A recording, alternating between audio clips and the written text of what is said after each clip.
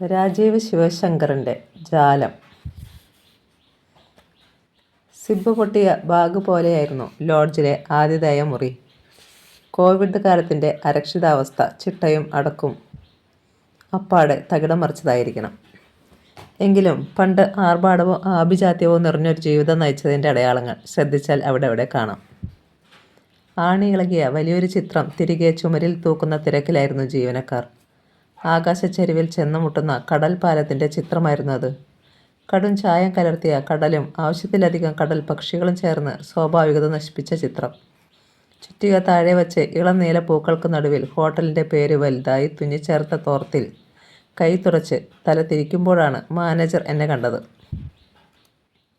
തെല്ലുജാള്യത്തോടെ കീശയിൽ നിന്ന് മാസ്ക് എടുത്ത് മുഖത്തണിഞ്ഞ് വഴിതെറ്റിയെത്തിയ ദേശാടന പക്ഷിയെ എന്ന പോലെ ഒരു നിമിഷം ഉറ്റുനോക്കി. ഞാനും മാസ്ക് താഴ്ത്തി മങ്ങിയൊരു ചിരിയോടെ മുഖം പ്രദർശിപ്പിച്ചു. കൃത്യതയും കണിശതയും ചലനത്തിലൂടെ നീളം പ്രകടിപ്പിക്കുന്ന 60 കഴിഞ്ഞ മാനേജർക്ക് നിരത്തെറ്റിയ കുറ്റിത്താടിയും ചീകിയൊതുക്കാത്ത മുടിയുമായി മുൻപിൽ നിന്ന എന്നെ അംഗീകരിക്കാൻ മടിയുണ്ടെന്ന് തോന്നി. 6 അടി ഉയരം, ആവശ്യത്തിലേറെ കുടുക്കുകൾ നിറഞ്ഞ ഇളം പച്ച നിറമുള്ള പരുക്കൻ കുപ്പായവും ജീൻസും, എല്ലാം മണത്ത് മതിയായ മട്ടിൽ അകത്തേക്ക് പതിഞ്ഞ മൂക്ക്, നരക്കമ്പളം വിരിച്ച കൂട്ടുപുരികം, തിളക്കം പറ്റിയ കണ്ണുകൾ. അയാൾക്ക് മതിപ്പ് തോന്നാത്തതിൽ അത്ഭുതമില്ല. എന്താ? പതറിയ ശബ്ദത്തോടെ മാനേജർ ആരാഞ്ഞു. റൂം സർവീസ് ഇല്ലേ? റൂമിനാണോ? ഉണ്ട്, റൂമുണ്ട്. അവിശ്വാസത്തോടെ കണ്ണു തിരുമ്മി വിളിച്ചു വരുത്തിയ ചിരി എടുത്തണിഞ്ഞ് മാനേജർ തടിച്ച ബുക്ക് തുറന്നു. കസ്റ്റമേഴ്സിനോട് സന്തോഷത്തോടെ പെരുമാറണമെന്ന് മുതലാളി അയാളെ നിരന്തരം ഓർമ്മിപ്പിക്കാറുണ്ടെന്ന് തോന്നി. സത്യം പറയാമല്ലോ, കോവിഡ് വന്നതിൽ പിന്നെ ഈ വഴിക്ക് ആരും വരാറില്ല. അല്ലെങ്കിലും ഇതൊരു പഴയ ലോഡ്ജല്ലേ. പണ്ട് ഞാനിവിടെ വന്നിട്ടുണ്ട്. ഓ, അപ്പോൾ നമ്മൾ പരിചയപ്പെട്ട് കാണണമല്ലോ. ഞാനിവിടെ വന്നിട്ട് 30 വർഷമായി. ഓർക്കുന്നില്ല. ഞാൻ മാസ്ക് കയറ്റിവെച്ച് മുഖം മറച്ചു. റൂം നമ്പർ 103 തന്നെ കിട്ടുമോ? എത്ര ശ്രമിച്ചിട്ടും മാനേജറുടെ മുഖത്തെ നീരസം പ്രകടമായി. 2ാം ഫ്ലോറാണ് കൂടുതൽ നല്ലത്. അല്ലെങ്കിൽ 3rd ഫ്ലോർ ആക്കാം. നല്ല വ്യൂ ആണ്. എനിക്ക് 1ാമത്തേത് മതി. ഓക്കെ, അങ്ങനൊരു അറ്റാച്ച്മെൻറ്റ് ആ മുറിയോടുണ്ടെങ്കിൽ ആയിക്കോട്ടെ. മാനേജർ ദീർഘനിശ്വാസം അയച്ചു. ഒരിക്കൽ വന്നവർ പിന്നെയും അതേ മുറി ചോദിച്ചു വരുന്നത് മുൻപ് പതിവായിരുന്നു. അങ്ങനെയായിരുന്നു ഞങ്ങളുടെ സർവീസ്. എല്ലാം പോയില്ലേ, തിരിച്ചു പിടിക്കാൻ സമയമെടുക്കും. കോവിഡ് കാരണമാണോ? അതുമൊരു കാരണമാണ്. മാനേജർ പേന വിരലുകൾക്കിടയിൽ വട്ടം കറക്കി. എത്ര ദിവസത്തേക്കാണ്? സത്യത്തിൽ ഉല്ലാസയാത്രയ്ക്ക് പറ്റിയ സമയമാണിത്. എങ്ങും തിരക്കില്ല. കോവിഡ് കാലമായതിനാൽ റേറ്റും പകുതി മാത്രം. പക്ഷേ കോവിഡ് കാലത്തും ഉല്ലസിക്കാൻ തോന്നണമല്ലോ. തുകൽ ബാഗിൻ്റെ വശത്തെ അറ തുറന്ന് തിരിച്ചറിയൽ രേഖകൾ മേശപ്പുറത്ത് വയ്ക്കുമ്പോൾ നീരസത്തോടെ ഞാൻ പിറുപിറുത്തു. ആധാർ കാർഡും വോട്ടർ കാർഡും പാൻ കാർഡും എല്ലാം കൂടി എന്തിനാണ്? തിരിച്ചറിയാൻ എന്തെങ്കിലും ഒന്ന് പോരെ? മാനേജർ കണ്ണുവിടർത്തി. പോരെന്ന് ഞാൻ മനസ്സിൽ പറഞ്ഞു. കാർഡുകളുടെ ചതുരത്തിന് തിരിച്ചറിയാനാവുന്നതല്ല മനുഷ്യൻ്റെ മനസ്സ്. ഓ, ഓച്ചിറ നിന്നാണോ? പരബ്രഹ്മത്തിൻ്റെ നാട് അല്ലേ? ആധാർ കാർഡിൽ നിന്ന് കണ്ണെടുത്ത് മാനേജർ ചിരിച്ചു. പരബ്രഹ്മത്തിന് നാടും വീടുമില്ലെന്ന് ഞാൻ ഓർമ്മിപ്പിച്ചു. അമ്പലത്തിൽ വന്നിട്ടുണ്ട് 1-2 തവണ. അയാൾ കോപ്പിയെടുത്ത് ആധാർ തിരിച്ചു നൽകുന്നതിനിടയിൽ ചുമരിലെ ചിത്രം തുടച്ച് ഏണിയിൽ നിന്നിറങ്ങിയ ചെറുപ്പക്കാരൻ അരികിൽ വന്ന് മൂക്ക് ചൊറിഞ്ഞു. വണ്ടിയുടെ കീ തന്നാൽ ലഗേജ് എടുക്കാം. ഇതേയുള്ളൂ. ചെറിയ ബാഗ് ചൂണ്ടിക്കാട്ടിയത് അയാൾക്ക് വിശ്വാസമായില്ല. ഒന്നോർത്താൽ യാത്ര ചെയ്യുമ്പോൾ സാധനങ്ങൾ പരമാവധി കുറയ്ക്കുന്നതാണ് നല്ലത്. ലെസ് ലഗേജ് മോർ കംഫർട്ട് എന്ന് റെയിൽവേ പറയുന്നത് കേട്ടിട്ടില്ലേ? മാനേജർ പിന്തുണച്ചു. മുറി എത്ര ദിവസത്തേക്കാണ്? ഒരാഴ്ചയിൽ കൂടുതലുണ്ടെങ്കിൽ റേറ്റ് അഡ്ജസ്റ്റ് ചെയ്തു തരാം. ബുക്കിൽ ഒപ്പുവെച്ച് തലയുയർത്തും മുമ്പ് ചെറുപ്പക്കാരൻ താക്കോൽ വാങ്ങി ഭാഗമെടുത്ത് നടന്നു കഴിഞ്ഞു. നീലച്ചായം പൂശിയ മുറി തുറന്നപ്പോൾ കെട്ടിനിന്ന വായു പുറത്തേക്ക് ഓടിയിറങ്ങി. വിളക്കു തെളിച്ച് നീല തിരശ്ശീലകൾ വിരിച്ച ജനാലകൾ തുറന്നിട്ട് ചെറുപ്പക്കാരൻ ഒതുങ്ങി നിന്നു. പുറംകാഴ്ച കിട്ടുന്ന ഏറ്റവും നല്ല മുറിയാണിത്. ജനാല തുറന്നിട്ടാൽ ലൈറ്റ് വേണ്ട. സാർ, ഇവിടെ നിന്നൊന്ന് നോക്കിയേ. സിറ്റി മുഴുവൻ കാണാം. ദൂരെ ഒരിരമ്പം കേൾക്കുന്നില്ലേ? അത് കടലിൻ്റെയാണ്. അറിയാം. ഇവിടെ വേറെ താമസക്കാരുമില്ലേ? ബാഗ് തുറന്ന് സിഗരറ്റ് എടുക്കുന്നതിനിടയിൽ ചോദിച്ചു. നശിച്ച കോവിഡ് കാലത്ത് ആര് വരാനാ സാറേ? വന്നാൽ തന്നെ പുറത്തിറങ്ങാൻ ഒക്കുമോ? ഇടയ്ക്ക് ലോക്ക്ഡൗൺ തീർന്നപ്പോൾ 1-2 ഫാമിലി വന്നതാ. പക്ഷേ പിന്നെയും സംഗതി വഷളായില്ലേ? സാറ് എഴുത്തുകാരനാണെന്ന് തോന്നുന്നു. മുറി അടച്ചിരുന്ന് എഴുതാനുള്ള വരവാണല്ലേ? എനിക്ക് ആദ്യമേ തോന്നി. ഞാൻ ചിരിച്ചു. എഴുത്തുകാർ ഇവിടെ തങ്ങാറുണ്ടോ? പിന്നെ, പണ്ട് മലയാറ്റൂരും പത്മരാജനും ഒക്കെ താമസിച്ചിട്ടുണ്ട്. മരിച്ചുപോയ ലോഹി സാറും ഇടയ്ക്കിടെ വരുമായിരുന്നു. അറിയില്ലേ? സിനിമയെടുക്കുന്ന ലോഹിത സാറ് അടുത്ത ദിവസം എന്നൊക്കെ പറഞ്ഞായിരിക്കും മുറിയെടുക്കുക. പക്ഷേ 1.5 മാസം കഴിഞ്ഞിട്ടായിരിക്കും മടങ്ങുന്നത്. ഇതുപോലെ കയ്യിലൊരു ചെറിയ ബാഗേ കാണൂ. ഈ ലോകം മൊത്തം സഞ്ചരിക്കാൻ അത് മതിയെന്നാ സാറ് പറയുന്നത്. സാറ് സിനിമയിലാണോ സീരിയലിലാണോ അതോ പുസ്തകം എഴുത്താണോ? മറുപടി ചിരിയിലൊതുക്കി ജനാല തുറന്നിട്ടു. താഴെ നഗരം വൈകുന്നേര വെയിൽ കായുന്നു. നിരത്തിൽ തീരെ തിരക്കില്ല. ലോക്ക്ഡൗൺ മൂലം കടകൾ മിക്കവാറും അടഞ്ഞു കിടക്കുന്നു. ദോ അവിടെ ആ കടയിലുള്ള 2 പേരും കോവിഡ് വന്ന് മരിച്ചു. അതിനപ്പുറത്തെ ഹോട്ടലിൻ്റെ മുതലാളിയും പോയി. കോടിക്കണക്കിന് കാശുള്ള ടീമാ. പക്ഷെ പറഞ്ഞിട്ടെന്താ, സ്വന്തക്കാരെ പോലും അടുപ്പിക്കാതെ പൊതു ശ്മശാനത്തിൽ അടക്കുമായിരുന്നു. മരിക്കാൻ പോലും കൊള്ളാത്ത കാലമായത്. വാതിൽ ചാരി ഉറങ്ങുന്നതിന് മുമ്പ് അയാൾ പറഞ്ഞു. മരിക്കാൻ പോലും കൊള്ളാത്ത കാലം. ആ വാക്കുകൾ എന്നെ കുടുക്കിട്ട് വലിച്ചു. നല്ല നേരത്ത് മരിക്കുക എന്നത് ഭാഗ്യമാണ്, വർഷങ്ങൾക്ക് മുമ്പ് സാലി പറഞ്ഞത് ഇപ്പോഴും കാതിൽ. അത് എല്ലാവർക്കും കിട്ടുന്ന ഭാഗ്യമല്ല. പത്രത്തിലൊക്കെ വായിച്ചിട്ടില്ലേ, ഭാര്യ മരിച്ചതിന് പിന്നാലെ ഭർത്താവ് മരിച്ചു, ഭർത്താവിൻ്റെ മരണമറിഞ്ഞ് ഭാര്യ കുഴിഞ്ഞു വീണ് മരിച്ചു എന്നൊക്കെ. എനിക്കും ചില ആഗ്രഹങ്ങളുണ്ട്. പറയൂ. ഒരുമിച്ച് ജീവിക്കാൻ കഴിഞ്ഞാൽ ഒരു കുന്നിൻ മുകളിലായിരിക്കണം നമ്മുടെ വീട്. പുഴയ്ക്കരികിൽ ഒരുമിച്ച് മരിക്കുകയാണെങ്കിൽ അത് കടൽക്കരയിൽ വേണം. ഉപ്പുമണവും മീൻനാറ്റവും എനിക്കിഷ്ടമല്ല. അതുകൊണ്ട് കടലിൽ നിന്ന് കുറച്ചു മാറി മതി. പക്ഷേ കാതോർത്താൽ കടലിൻ്റെ ഇരമ്പം കേൾക്കണം. ഇതുപോലെ നിന്റെ നെഞ്ചിൽ ചാരിക്കിടന്ന് എനിക്ക് മരിക്കണം. എന്തുകൊണ്ടാണ് കടൽ? അവളുടെ കാതിനു മുകളിലൂടെ കാറ്റു പറത്തിയ മുടിയിഴകൾ വിരൽ കൊരുത്ത് ഞാൻ ചോദിച്ചു. അതറിയില്ല. കടൽ തീരത്തെ കുടീരത്തിൽ ഉറങ്ങുന്നത് ഞാൻ പലതവണ സ്വപ്നം കണ്ടിട്ടുണ്ട്. പയ്യാമ്പലത്തെ പൊതുശ്മശാനമാകും. ഞാൻ ചിരിച്ചു. പയ്യാമ്പലമോ? അതെവിടെയാണ്? അവൾ മിഴികൾ വിടർത്തി. അങ്ങ് കണ്ണൂരിൽ സഖാവ് EK നായനാരൊക്കെ ഉറങ്ങുന്ന മണ്ണ്. ഓ, കണ്ണൂരെന്നും എൻ്റെ സ്വപ്നത്തിൽ പോലുമില്ല. ചുമരിൽ സാരിയുടെ കണ്ണീർ നനവ് പുരണ്ടതുപോലെ തോന്നി. എത്രയോ വർഷങ്ങൾക്ക് ശേഷം ഇപ്പോഴും അവളുടെ ഗന്ധം ഉള്ളിൽ നിറയുന്നു. എവിടെയായിരിക്കും അവളിപ്പോൾ? കുന്നിൻ മുകളിലോ കടൽക്കരയിലോ? പല വർണ്ണങ്ങളിലുള്ള കടലാസ് ചെടികൾ മതിലിന് മുകളിലൂടെ തലനീട്ടുന്ന പൂക്കാരൻ തെരുവിലെ വഴികളിലൂടെ പിന്നെയും പോയി നോക്കി. അവൾ നടന്ന വഴികൾ, ചാരി നിന്ന മതിൽ, എല്ലാം അതുപോലെ. അവൾ മാത്രമില്ല. അവൾ ഒപ്പമുണ്ടായിരുന്നെങ്കിൽ ജീവിതം മറ്റൊന്നാകുമായിരുന്നു. ഏതിനോട് ചേർത്ത് വയ്ക്കണമെന്ന് തീരുമാനിക്കുന്നത് ആരാണ്? കെട്ടിടം പണിയുമ്പോൾ ഏത് കല്ലിന് മുകളിൽ ഏത് കല്ല് വയ്ക്കണമെന്ന തീർപ്പിൽ കല്ലിന് പങ്കില്ലാത്തതുപോലെയാണോ ജീവിതത്തിലും? ആർക്കറിയാം. ബാഗിൽ നിന്ന് മൊബൈൽ ഫോൺ എടുത്ത് പരിശോധിച്ചു. ഇല്ല, ആരും വിളിച്ചിട്ടില്ല. അല്ലെങ്കിൽ തന്നെ ആര് വിളിക്കാൻ? 18 വർഷത്തെ ദാമ്പത്യ ജീവിതത്തെ ഒരു കീറു കടലാസ് കൊണ്ട് റദ്ദ് ചെയ്ത് ഇന്നലെ സിത്താര പടിയിറങ്ങുമ്പോൾ ഒരു തവണയെങ്കിലും തിരിഞ്ഞൊന്ന് നോക്കുമെന്ന് വിചാരിച്ചത് വെറുതെ. പടിക്കൽ കാത്തുകിടന്ന കാറിൻ്റെ ഡ്രൈവിംഗ് സീറ്റിലിരുന്ന് ഷെരീഫ് വലിച്ചെറിഞ്ഞ ചിരിയിൽ തുളുമ്പിയത് പരിഹാസമോ അവജ്ഞയോ അതോ സഹതാപമോ എന്ന് വ്യക്തമായില്ല. സിത്താരയേക്കാൾ 6 വയസ്സിന് എളുപ്പമാണ് അവന്. ചേച്ചി എന്ന് വിളിച്ച് അടിക്കടി പടി കയറി വന്നപ്പോഴേ സംശയിക്കേണ്ടതായിരുന്നു.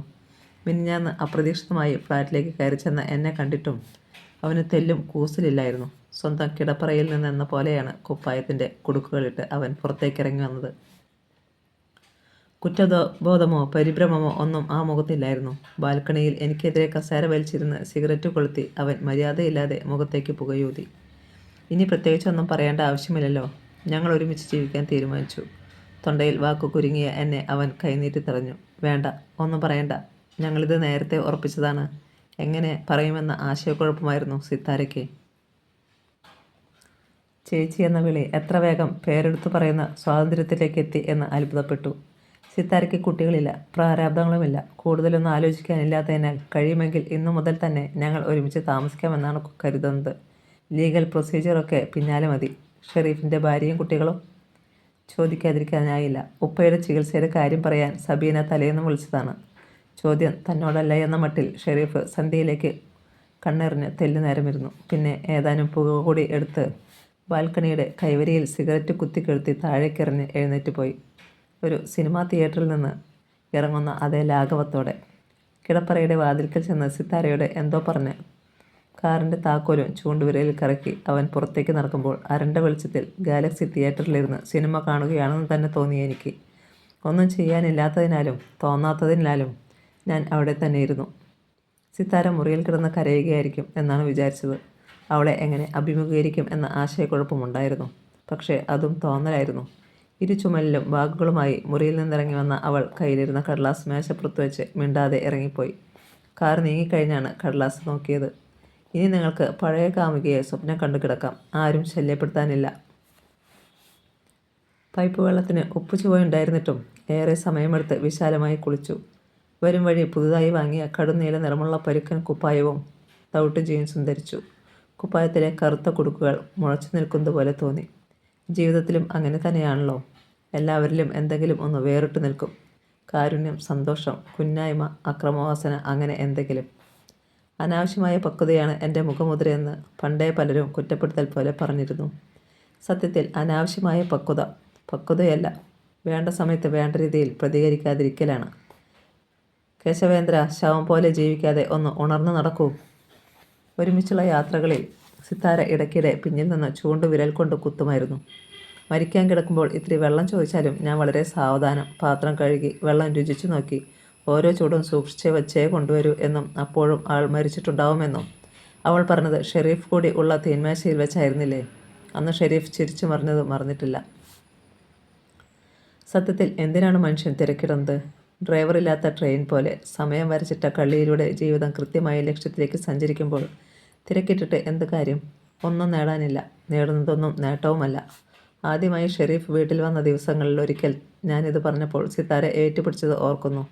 നിസ്സംഗതയും നിഷ്ക്രിയതയും ഒരു തരത്തിൽ മരണം തന്നെയാണെന്നായിരുന്നു അവളുടെ വാദം. അന്ന് എനിക്ക് വേണ്ടി വാദിച്ചത് ഷെരീഫായിരുന്നു എന്നത് തിരിഞ്ഞു നോക്കുമ്പോൾ അത്ഭുതമായി തോന്നുന്നു. ഓട്ടപ്പാച്ചിലിൻ്റെ ലോകത്ത് ഒതുങ്ങി നിന്ന് സാവധാനം സഞ്ചരിക്കുന്നത് വിവേകത്തിൻ്റെ ലക്ഷണമാണെന്നോ മറ്റോ ആയിരുന്നു അവൻ്റെ വാക്കുകൾ. പറഞ്ഞത് കൃത്യമായി ഓർക്കുന്നില്ലെങ്കിലും അവന് മുൻപിൽ രാത്രി സ്നേഹത്തോടെ ഗ്ലാസ് നിറച്ചത് മറന്നിട്ടില്ല.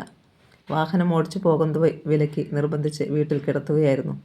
ഒരുപക്ഷെ അന്നായിരിക്കുമോ സിത്താരയും ഷെരീഫും കൂടുതലെടുത്തത്? അതോ അടുത്തതിനു ശേഷം അങ്ങനൊരു സന്ദർഭം ബോധപൂർവ്വം ഒരുക്കുകയായിരുന്നോ? വീണ്ടും ഗ്ലാസ് നിറച്ചത് ഞാനോ ഷെരീഫോ? ഇടയ്ക്ക് സിത്താരയും ഒപ്പം വന്നിരുന്നു. മദ്യം രുചിച്ചില്ലേ? കേശവേന്ദ്ര, ലോകം ഓട്ടപ്പന്തയങ്ങളുടേതാണ്. അവിടെ അബദ്ധത്തിൽ ജയിക്കുന്ന ആമയല്ല, ഉറങ്ങാൻ തയ്യാറാകാത്ത മുയലായേ പറ്റൂ. ബിരുദാനന്തര ബിരുദ ക്ലാസ്സിൽ പണ്ടു വേണുമാഷ് പറയുമ്പോൾ സാരി എന്നെ നോക്കി കണ്ണടച്ച് കാട്ടുമായിരുന്നു. സിത്താര എന്തായിരുന്നോ അതിൻ്റെ മറുപുറമായിരുന്നു സാരി. കത്തുന്ന പന്തവും വെളിച്ചം തിളങ്ങുന്ന മഞ്ഞുതുള്ളിയും. എൻ്റെ രീതികളെ ഇഷ്ടപ്പെട്ട ഒരേയൊരാൾ സാരിയായിരുന്നു. എനിക്ക് അസൂയ തോന്നുന്നു. എങ്ങനെയാണ് ഇങ്ങനെ ശാന്തമായി ജീവിക്കാൻ കഴിയുന്നത്? കോഫി ക്ലബിലെ കാപ്പിപ്പൊടി നിറമുള്ള വൃത്തങ്ങൾ നിറഞ്ഞ മേൽക്കൂരയ്ക്ക് താഴെ ഇരിക്കുമ്പോൾ ഒരിക്കൽ അവൾ ചോദിച്ചു. ശാന്തമായി ജീവിക്കുന്നതല്ല, ജീവിക്കുമ്പോൾ ശാന്തമായി പോകുന്നതാണ്, ഞാൻ പറഞ്ഞു.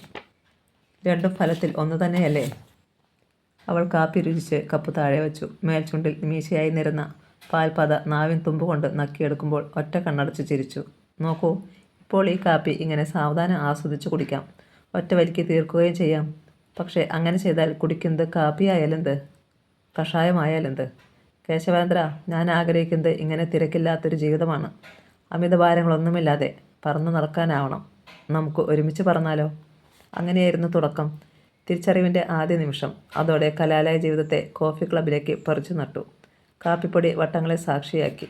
ജീവിതത്തിൻ്റെ രണ്ടറ്റങ്ങളിലേക്ക് സഞ്ചരിച്ച എത്രയെത്ര ദിവസങ്ങൾ. ജീവിതം ഊതിയാറ്റി കുടിക്കുന്ന കാപ്പിയായി, കാപ്പി മാത്രമായി. ഒടുവിൽ കപ്പ് മാത്രം ബാക്കി. പിന്നെ ഓർമ്മയിലൊട്ടിയ പാൽപ്പതകളും. സാരിയെ ഓർത്തപ്പോൾ എപ്പോഴത്തെയും പോലെ നെഞ്ചു വിങ്ങി.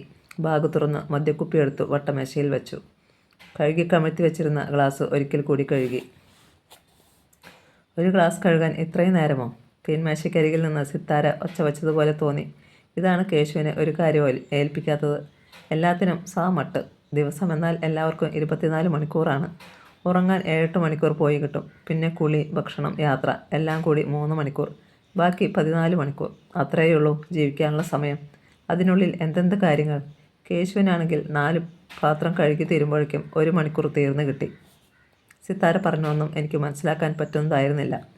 ജീവിക്കാൻ മാത്രമായി പ്രത്യേകം സമയമുണ്ടോ? കുളിയും ഭക്ഷണവും യാത്രയുമെല്ലാം ചേരുന്നതല്ലേ ജീവിതം? കുളിമുറിക്കുള്ളിൽ ആണെന്നെങ്കിൽ പോലും സോപ്പ് തേച്ച് പതിപ്പിക്കുമ്പോൾ, പത കണ്ണിൽ വീണു നീറുമ്പോൾ, തണുത്ത വെള്ളം ഉടലിലൂടെ ഒഴുകുമ്പോൾ അതെല്ലാം ജീവിതം തരുന്ന വേറിട്ട അനുഭവങ്ങൾ തന്നെയല്ലേ? യാത്രയെ പറ്റിയാണെങ്കിൽ സഞ്ചാരത്തിൻ്റെ ഓരോ നിമിഷവും ജീവിതം പുതുക്കി എഴുതപ്പെടുകയല്ലേ? തീന്മേശയിലെ ഓരോ രുചിയും ജീവിതത്തിന് കിട്ടുന്ന ബോണസല്ലേ? പക്ഷേ ഒന്നും മിണ്ടിയില്ല. അവൾ ഓഫീസിൽ പോകാനുള്ള തിരക്കിലായിരുന്നു. എന്തെങ്കിലും പറഞ്ഞാൽ ഇനി തർക്കിക്കാൻ 1 മണിക്കൂർ.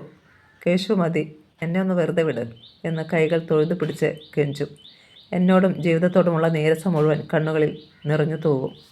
ഹോട്ടൽ മുറിയിലെ നിറം മങ്ങിയ ചുമരിനോട് ചേർന്നിരുന്ന് കഴുകി വെടുപ്പാക്കിയ ഗ്ലാസ്സിൽ മദ്യം ഒഴിക്കുമ്പോൾ പിന്നെയും സിത്താര മുന്നിൽ നിന്ന് ചുണ്ടുകോട്ടുന്നത് പോലെ തോന്നി. നിങ്ങളെന്തിനാ കുടിക്കുന്നേ? എനിക്ക് മനസ്സിലാകുന്നതേയില്ല.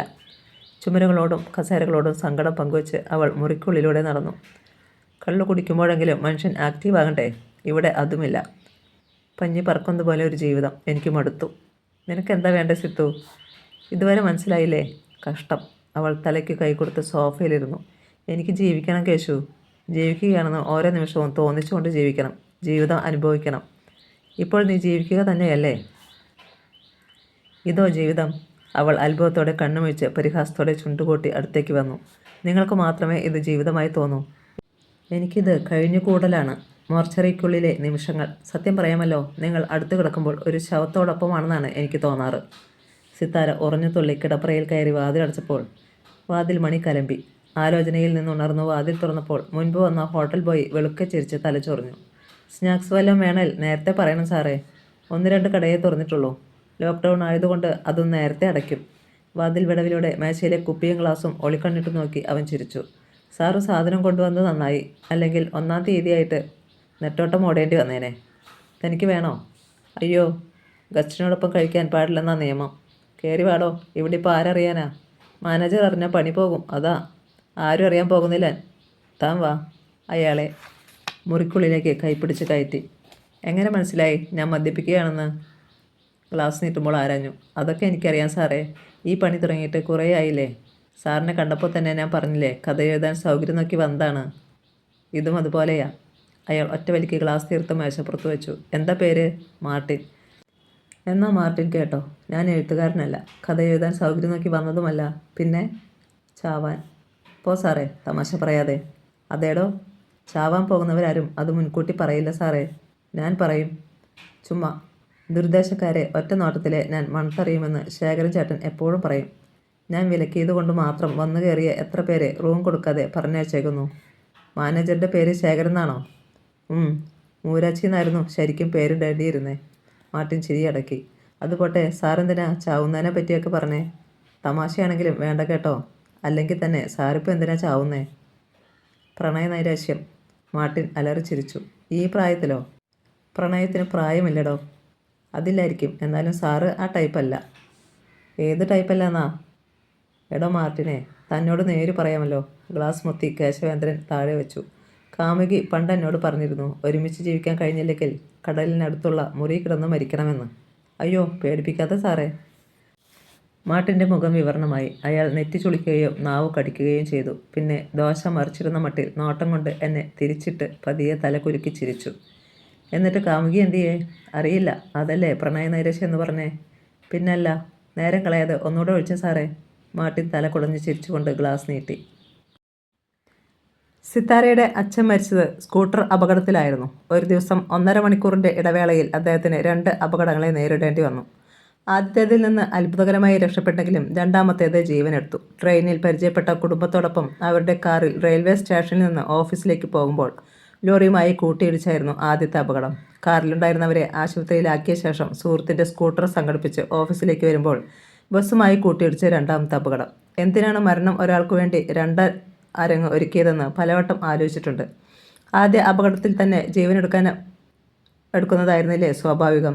ആയുസ് ബാക്കി നിൽക്കുന്നു എന്ന് തോന്നിപ്പിച്ചിട്ട് കൊള്ള പലിശക്കാരനെ പോലെ മുതലും പലിശയും കൂടി പിടിച്ചെടുക്കേണ്ടിയിരുന്നോ? മരണസമയം ജനിക്കുമ്പോഴേ തീരുമാനിക്കപ്പെടുന്നതാണോ? അല്ലെങ്കിൽ എന്തുകൊണ്ട് ആണ് മരിക്കാൻ ഉറപ്പിച്ചു വന്നിട്ടും ഇന്നലെ രാത്രി എനിക്ക് കഴിയാതെ പോയത്?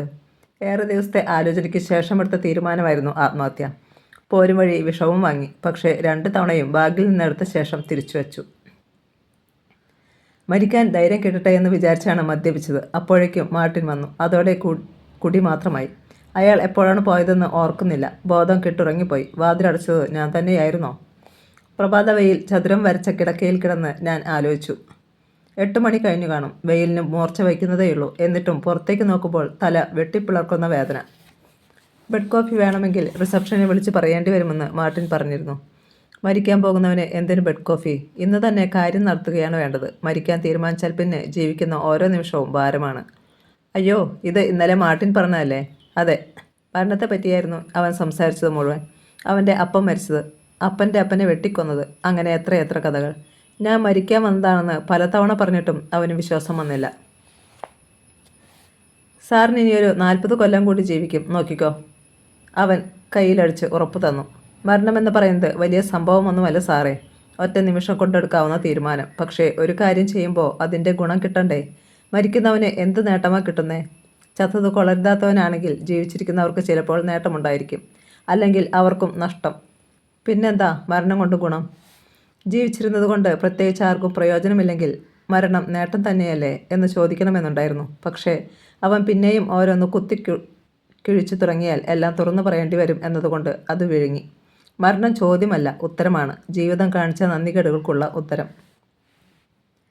സത്യത്തിൽ മരണം ജീവിതത്തിൻ്റെ ഭാഗം തന്നെയല്ലേ? കോട്ടുവായിടുകയോ തുമ്മുകയോ ഒക്കെ ചെയ്യുന്നത് പോലെ അതിനെയും കണ്ടാൽ പോരെ? ആ ആലോചനയുടെ ഒടുക്കം എഴുന്നേറ്റു. വെള്ളം ചേർക്കാതെ വെറും വയറ്റിൽ അര ഗ്ലാസ് മദ്യം ഒറ്റ വലിക്ക് അകത്താക്കി. പിന്നെ ബാഗ് തുറന്ന് ഒരിക്കൽ കൂടി വിഷക്കുപ്പി പുറത്തെടുത്തു. ടീപ്പോയിൽ വെച്ചു. ഗ്ലാസ്സിൽ മദ്യം നിറച്ച് അതിലേക്ക് വിഷം പകർന്നപ്പോൾ എത്ര ശ്രദ്ധിച്ചിട്ടും കൈവിറച്ചു. പാടില്ലെന്ന് വിലക്കി. 53 ആണ്ട് നീണ്ട ജീവിതത്തിന് തിരശ്ശീല ഇടുമ്പോൾ നിവർന്നു തന്നെ നടക്കണം. അവസാന ശ്വാസത്തിനു മുൻപ് കൈവീശി ലോകത്തിനൊരു സലാം കൊടുക്കണം. നേടിയതും സമ്പാദിച്ചതും പഠിച്ചതും വായിച്ചതുമെല്ലാം ഇവിടെ അപ്രസക്തമാകുന്നു. പണ്ഡിതനും പാമരനും തമ്മിൽ ഭേദമില്ലാതെയാകുന്നു. ആണും പെണ്ണും ശിശുവും വൃദ്ധനുമെല്ലാം സമന്മാരാകുന്നു. ഇത് ശ്വാസത്തിൻ്റെ കണക്കെടുപ്പാണ്. ഒരു കവിൾ വായു കൊണ്ടാണ് ജീവിതത്തിനും മരണത്തിനും കാലം അതിരുകെട്ടുന്നത്. പുക പോലെ മദ്യത്തിൽ വിഷം പടർന്ന് അലിയുന്നത് കൗതുകത്തോടെ നോക്കി. കുട്ടിക്കാലത്ത് അമ്മ വെള്ളത്തിലൊഴിച്ചു തന്ന ചുമമരുന്നിൻ്റെ ഓർമ്മ ഉള്ളിൽ കഴിച്ചു. അവസാന നിമിഷത്തോടടുക്കുമ്പോൾ ദുഃഖഭരിതനാകുന്നതിൽ ലജ്ജ തോന്നി. ഇങ്ങനെയൊരു മരണമല്ല മോഹിച്ചത്. എഴുന്നേറ്റ് ടി വി വെച്ചു. ചിത്രങ്ങളൊന്നും തെളിയാതെ പല നിറങ്ങൾ മിന്നി. ഒടുവിൽ ചതുരത്തിൽ ഇരുട്ടു കലങ്ങി. ടി വി ഓഫാക്കി മൊബൈൽ ഫോൺ തുറന്നു പാട്ട് വെച്ചു. സ്വർഗപുത്രി നവരാത്രി യേശുദാസ് പാടിത്തുടങ്ങി. പാട്ടിനൊപ്പം ചൂളം കുത്താൻ ശ്രമിച്ചത് പരാജയമായി. പണ്ട് ഏത് പാട്ടും ചുണ്ടിന് വഴങ്ങുമായിരുന്നു. ഇപ്പോൾ ചുണ്ട് വേദനിക്കുന്നു. ഏത് സിനിമയിലെ പാട്ടാണിത്? നിഴലാട്ടം തന്നെയല്ലേ? ജോസ് പ്രകാശാണ് സിനിമയിൽ പാടുന്നത് ഓർക്കുന്നു. മദ്യം രുചിച്ച് പ്രേംനസീർ പാട്ട് ആസ്വദിക്കുന്നത് ടി വിയിൽ കണ്ടിരുന്നിട്ടുണ്ട്. ശബ്ദം പിന്നെയും കൂട്ടി ഞാൻ പാട്ടിനൊപ്പം ചുണ്ടനക്കി. പക്ഷേ അത് വേഗം മടുത്തു. പാട്ട് നിർത്തി ജനാലക്കരികിൽ ചെന്ന് നിന്നു. പുറത്ത് വെയിൽ ചൂട് പിടിച്ചു കഴിഞ്ഞു. ഉപ്പുമണമുള്ള കാറ്റിൽ തിരശ്ശീലകൾ ഇളകിയാടി. സാലി, നീ ആഗ്രഹിച്ചതുപോലെ ഇതാ കടലിരുമ്പം കേൾക്കാവുന്ന ദൂരത്ത് ആത്മാവിന് ചിതയൊരുങ്ങുന്നു. ജീവിതം മതിയായി എന്ന് തോന്നുമ്പോൾ ചിരിച്ചുകൊണ്ട് മരിക്കണം എന്ന് നീ പറഞ്ഞത് അതേപടി നടപ്പാക്കുകയാണ്.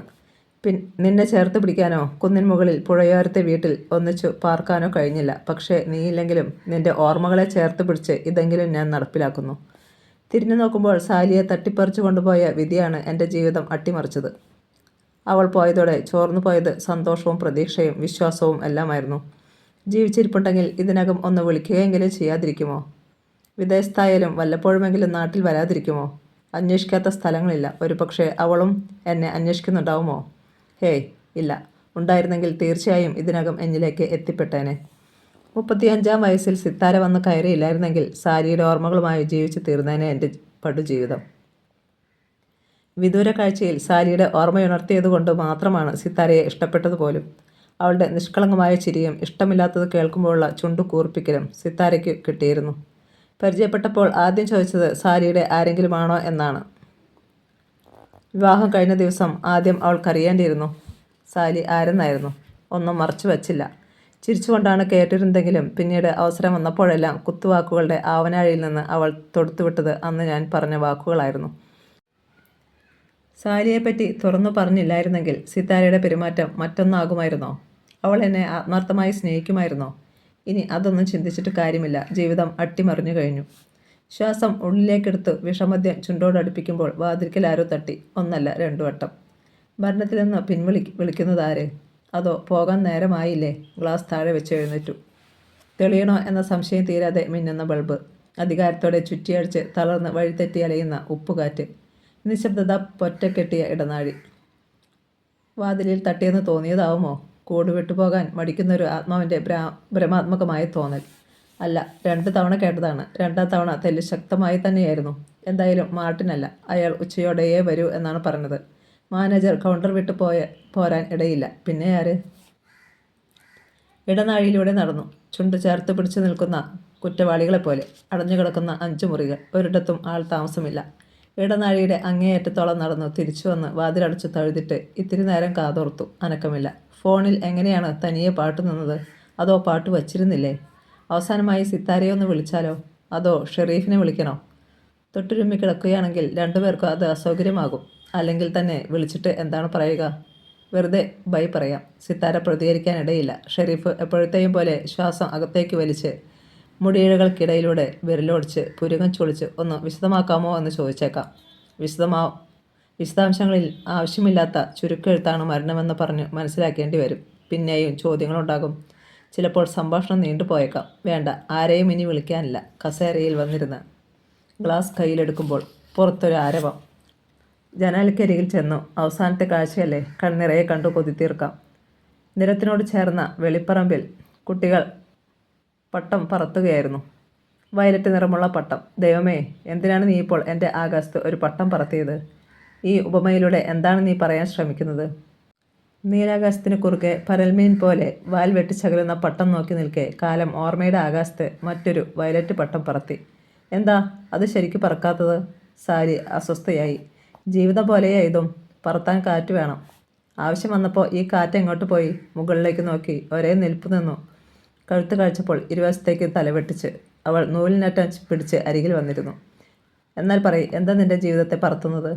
എനിക്കറിയാമായിരുന്നു ഈ ചോദ്യം വരുമെന്ന്. ചോദിക്കാതെ ഊഹിച്ചുകൂടെ? ഞാൻ അവളുടെ താടിക്ക് തട്ടി. പക്ഷേ എന്തുകൊണ്ട് ഞാൻ? എന്താണ് നീ എന്നിൽ കാണുന്ന പ്രത്യേകത? നൂൽ പിടിച്ച് പട്ടം വെട്ടിക്കാൻ തുടങ്ങിയ എന്നെ അവൾ പിടിച്ചു നിർത്തി. നിൽക്ക്, എൻ്റെ കണ്ണിൽ നോക്ക്. ഞാൻ കണ്ണിൽ നോക്കാറില്ല. ഇല്ലേ? പിന്നെ നീ എവിടെ നോക്കിയാണ് മനുഷ്യരോട് സംസാരിക്കുന്നത്? ചുണ്ടിൽ. ചുണ്ടും ചിരിയുമാണ് എനിക്ക് പ്രധാനം. ഛേ, എന്നെ നോക്കുന്നത് അങ്ങനെയാണോ? എല്ലാവരെയും നീ മാത്രമേ കാണൂ. ലോകത്തിങ്ങനെ മനുഷ്യരെല്ലാം മറ്റുള്ളവരുടെ കണ്ണിൽ നോക്കിയാണ് സംസാരിക്കുന്നത്. ശരിക്കും കണ്ണിൽ നോക്കി സംസാരിക്കാൻ ഞാൻ ശ്രമിച്ചിട്ടുണ്ട്. പക്ഷേ കണ്ണിൽ നോക്കുമ്പോൾ ഞാൻ മനുഷ്യരെ കാണില്ല. അവരുടെ ചിരിയും സന്തോഷവും ഒന്നും മനസ്സിലാകില്ല. ജീവനുള്ള ഒന്നിനോടാണ് സംസാരിക്കുന്നതെന്ന് പോലും തോന്നുകയില്ല. ചുമ്മാ കണ്ണിൽ നിന്നാണ് അത് ഏറ്റവും കൃത്യമായി മനസ്സിലാകുന്നത്. മനസ്സ് ചിന്തിക്കുന്നത് എന്തെന്ന് എനിക്ക് നിൻ്റെ കണ്ണിൽ നോക്കിയാൽ അറിയാം. നീ ചിരിക്കാൻ ആലോചിക്കുന്നതിന് മുമ്പ് കണ്ണിൽ അതിൻ്റെ തിളക്കം കാണും. ആണോ? എങ്കിൽ നീ എന്താ ഇപ്പോൾ എൻ്റെ കണ്ണിൽ കാണുന്നത്? പറയട്ടെ. സാലി കൈനീട്ടി തോളുകളിൽ പിടിച്ചു കണ്ണുകളിലേക്ക് ഉറ്റുനോക്കി. ആർത്തി. എന്നെ ഉമ്മ വയ്ക്കാനുള്ള കൊതി. അതുമാത്രം. നിന്നെ കാണുന്നില്ല എൻ്റെ കണ്ണുകളിൽ? നിന്നോടുള്ള സ്നേഹം. അതുകൊണ്ടല്ലേ ഞാൻ വിടാതെ കൂടിയിരിക്കുന്നത്. അവൾ പട്ടത്തിൻ്റെ നൂൽ തട്ടിപ്പറിച്ച് ഓടി. ഊർജം കിട്ടിയ പട്ടം വേഗത്തിൽ ചലിച്ചു തുടങ്ങിയിരുന്നു. താഴെ വീണ്ടും കുട്ടികളുടെ ആരവം. ചരട് പൊട്ടിയ അവരുടെ പട്ടം ലക്കുകെട്ട് പറക്കുകയായിരുന്നു. കുട്ടികൾ പിന്നാലെ ഓടി. ആദ്യമായും അവസാനമായും സാലിയുമായി ഇതേ ഹോട്ടലിൽ ഇതേ മുറിയിൽ കയറിയപ്പോഴും ആദ്യം ജനാല തുറന്നപ്പോൾ കേട്ടത് കുട്ടികളുടെ ആരവമായിരുന്നല്ലോ എന്ന് ഓർമ്മ മിന്നി. അവൾക്ക് തമാശയായിരുന്നു. എനിക്കാകട്ടെ പരിഭ്രാന്തിയും. ഇവിടെ 100 മുറികളുണ്ടോ? 103-ാം നമ്പർ മുറി തുറക്കുമ്പോൾ അവൾ അത്ഭുതത്തോടെ ചോദിച്ചു. ഏറിയാൽ 15. പക്ഷേ ഹോട്ടലുകളുടെ രീതി ഇങ്ങനെയാണ്. ഫസ്റ്റ്. അവൾ കുടുകൂടെ ചിരിച്ചു. നീ എന്തിനാണ് വിയർക്കുന്നത്? എന്നെ റേപ്പ് ചെയ്യാനൊന്നും ഉദ്ദേശമില്ലല്ലോ. നിനക്ക് പേടിയില്ലേ ഒട്ടും? എന്തിന്? നിൻ്റെ കൂടെയല്ലേ. നിന്നെ എനിക്കറിയില്ലേ. എനിക്ക് നിന്നെ കണ്ടുകൊണ്ടിരുന്നാൽ മതി കൊതി തീരും വരെ. അതുകൊണ്ടാണ് ഞാൻ വന്നതും. പക്ഷേ നീയും എന്നെ നോക്കണം. എപ്പോഴത്തെയും പോലെ ഞാൻ നോക്കുമ്പോഴൊക്കെ കണ്ണു വെട്ടിക്കാൻ പാടില്ല. അത് നിന്നെ ഫേസ് ചെയ്യാനുള്ള പ്രയാസം കൊണ്ടല്ലേടാ. അല്ല, എനിക്ക് നിന്നെ കാണാൻ കൊതിയുള്ളതുപോലെ നിനക്ക് ഇങ്ങോട്ടില്ല. അങ്ങനെയാണോ കരുതിയിരിക്കുന്നത്? അവളുടെ കണ്ണു നനഞ്ഞു. ഞാൻ ലോകത്ത് ഏറ്റവും കാണാൻ ആഗ്രഹിക്കുന്നത് 2 കാര്യങ്ങളാണ്. മഴ പെയ്തതിനു പിറ്റേന്നത്തെ പച്ചിലകളും നീയും. എന്തൊരു താരതമ്യം.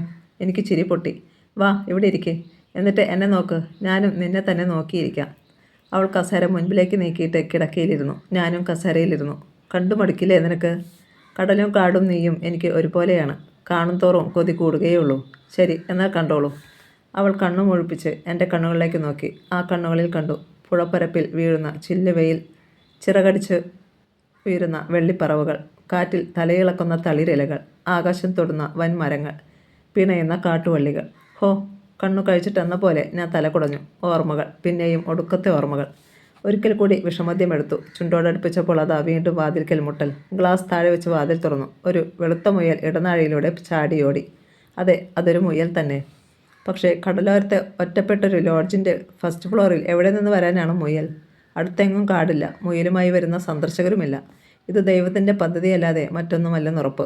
വിഷം വായിൽ തൊടുന്നതിന് മുമ്പ് കൃത്യമായും വാതിലിൽ തട്ടുക. അതും മനുഷ്യൻ പോലും അല്ലാത്തൊരു നിമിത്തത്തിലൂടെ. ആലോചിച്ചുറപ്പിച്ച തീരുമാനം പിൻവലിക്കാൻ ഒരു കുഞ്ഞു ജീവിക്ക് പോലും കഴിയുമെന്ന് ബോധ്യപ്പെടുത്തുകയാണോ? എവിടെ ആ മുയൽ? ശരിക്കും കണ്ടതു തന്നെയാണെന്ന് ഉറപ്പുവരുത്താൻ ഉടലിൽ നോവിച്ചു നുള്ളി. സിത്താരയുടെ അച്ഛൻ മരിക്കുന്നതിന് തലേന്ന് മുറിക്കുള്ളിൽ അത്യപൂർവമായൊരു ചിത്രശലഭത്തെ കണ്ടെന്ന് കേട്ടിട്ടുണ്ട്. ഇളം നീലയിൽ ചെമന്ന വട്ടപ്പൊട്ടുകളുള്ള ഒന്ന്. ഒന്നും ചെയ്യാൻ അനുവദിക്കാതെ അത് കൺമുന്നിലൂടെ തലങ്ങും വിലങ്ങും പറന്നുകൊണ്ടിരുന്നു. പുസ്തകം വായിക്കാനെടുത്ത അയാൾ അടച്ചുവെച്ചു. വെള്ളം കുടിക്കാനാകാതെ തൊണ്ട വരണ്ടു. ഒടുവിൽ അതിനെ നോവിക്കാതെ പറിച്ചെടുത്ത് മുറ്റത്തെ പൂച്ചെടിയിൽ കൊണ്ടുവച്ചു വാതിലടച്ചു. പക്ഷേ തൊട്ടടുത്ത നിമിഷം അത് വീണ്ടും ഉള്ളിലേക്ക് പറന്നു കയറി.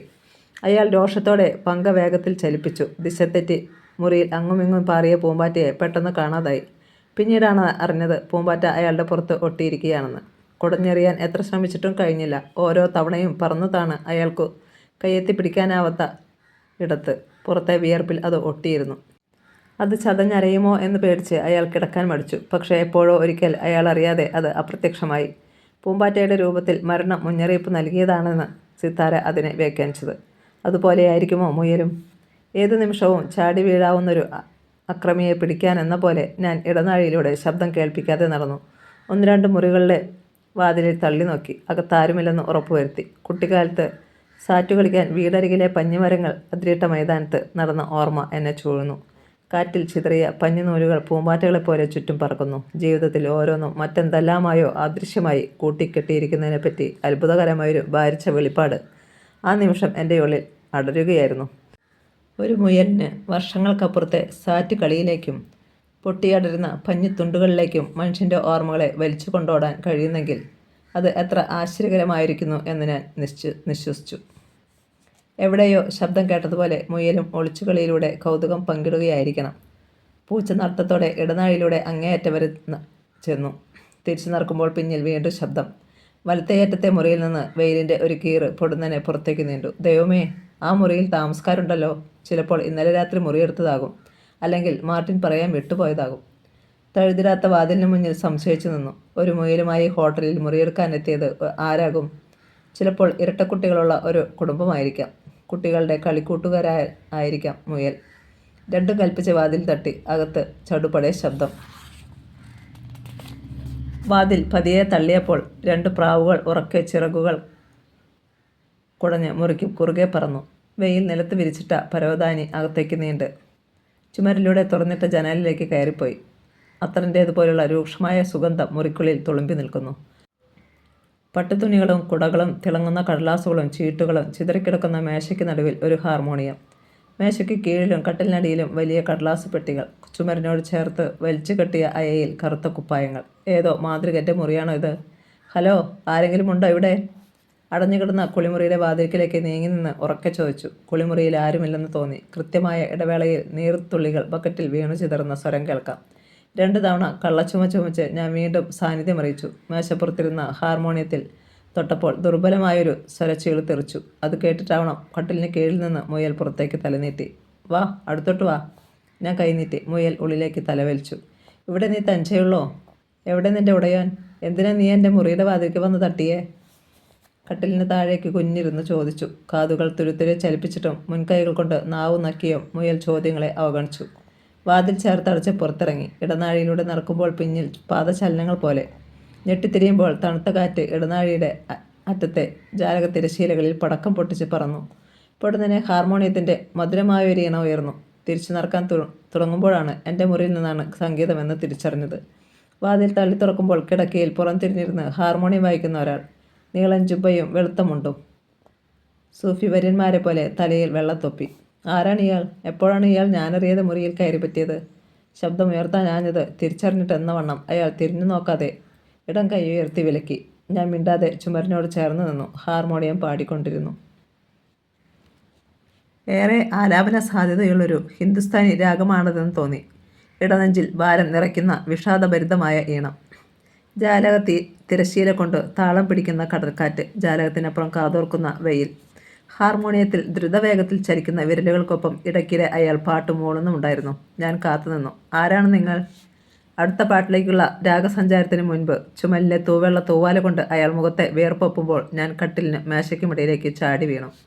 ആഹാ, എത്തിയോ? ഇരിക്കൂ. ഉള്ളിൽ കോപം ഇരമ്പി. മുറിയിൽ അതിക്രമിച്ച് കയറിയിട്ട് എന്നോട് ഇരിക്കാൻ പറയുന്നോ? നിങ്ങൾ ആരാണെന്ന് പറയൂ ആദ്യം. പറയാം. കേശവേന്ദ്രൻ. ഇരിക്കൂ. എൻ്റെ പേരെങ്ങനെ അറിയാം? അതും പറയാം. ആദ്യം പാട്ട് കേൾക്കൂ. ഞാൻ വായിച്ച രാഗം ഏതെന്ന് മനസ്സിലായോ? അല്ല, നിങ്ങൾക്ക് സംഗീതം അറിയാമോ? ഇല്ലെന്ന് ഞാൻ ചുമരനക്കി. അയാൾ ചിരിച്ചുകൊണ്ട് ഹാർമോണിയത്തിൽ പുതിയൊരു ഈണം വായിച്ചു. അറിയാനൊന്നുമില്ല. സംഗീതം അനുഭവമാണ്. സംഗീതമെന്നല്ല, കലകളെല്ലാം അങ്ങനെ തന്നെ. കാണുമ്പോഴും കേൾക്കുമ്പോഴും വായിക്കുമ്പോഴും എന്ത് തോന്നുന്നുവോ അതാണ് പ്രധാനം. നിങ്ങളെങ്ങനെ ഈ മുറിയിൽ കയറി? ഞാൻ പുറത്തു തന്നെ ഉണ്ടായിരുന്നല്ലോ. അസ്വസ്ഥത എന്നെ ഉലച്ചു. കലകളെക്കുറിച്ച് ഒരു പ്രഭാഷണം കേൾക്കാൻ തീരെ താല്പര്യമില്ലായിരുന്നു. ഞാൻ ആരെന്നതാണോ അതോ എങ്ങനെ മുറിയിൽ കയറി എന്നതാണോ നിങ്ങളെ അസ്വസ്ഥനാക്കുന്നത്? ഹാർമോണിയം നീക്കിവെച്ച് അയാൾ തിരിഞ്ഞിരുന്നു. എന്നെ തിരക്കി നിങ്ങൾ എൻ്റെ മുറിയിൽ വന്നതറിഞ്ഞിട്ടാണ് ഞാൻ ഇവിടേക്ക് വന്നത്. വാക്കുകൾക്ക് ആവശ്യത്തിലേറെ ഉച്ചാരണ ശുദ്ധി ഉണ്ടായിരുന്നു. അയാൾ തെളിഞ്ഞു ചിരിച്ചപ്പോൾ കണ്ണുകൾ വൈഡൂര്യം പോലെ തിളങ്ങി. എക്സ്റേ മെഷീൻ പോലെ നോട്ട് എൻ്റെ ഉള്ളിലൂടെ കടന്നുപോയി. ഓ, ആ മുയലിൻ്റെ ഉടമ അല്ലേ? ഞാൻ തലകുടഞ്ഞു. പക്ഷെ എങ്ങനെയാണ് നിങ്ങൾ ഈ മുറിയിൽ കയറിയത്? അതൊക്കെ സാവധാനം പറയാം. അതിലും പ്രധാനപ്പെട്ട കാര്യങ്ങൾ നമുക്ക് ചർച്ച ചെയ്യാനുണ്ടല്ലോ.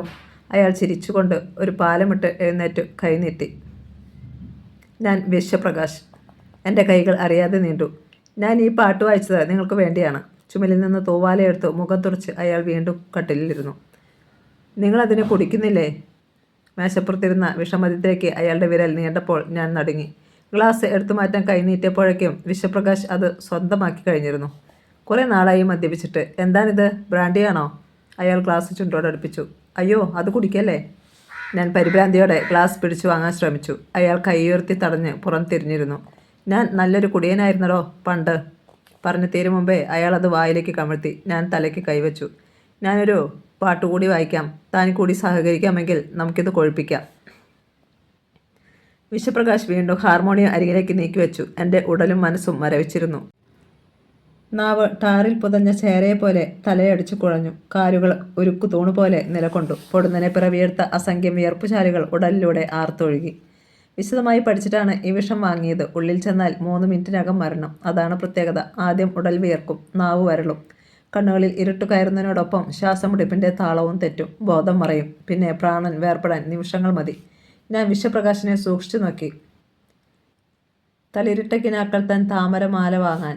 ഹാർമോണിയത്തിൽ സ്വരതരംഗമുയർത്തി അയാൾ വീണ്ടും പാടി. മനോഹരമായിരുന്നു ആ പാട്ട്. സംഗീതമല്ല, വരികളിലെ ഭാവമായിരുന്നു പ്രധാനം.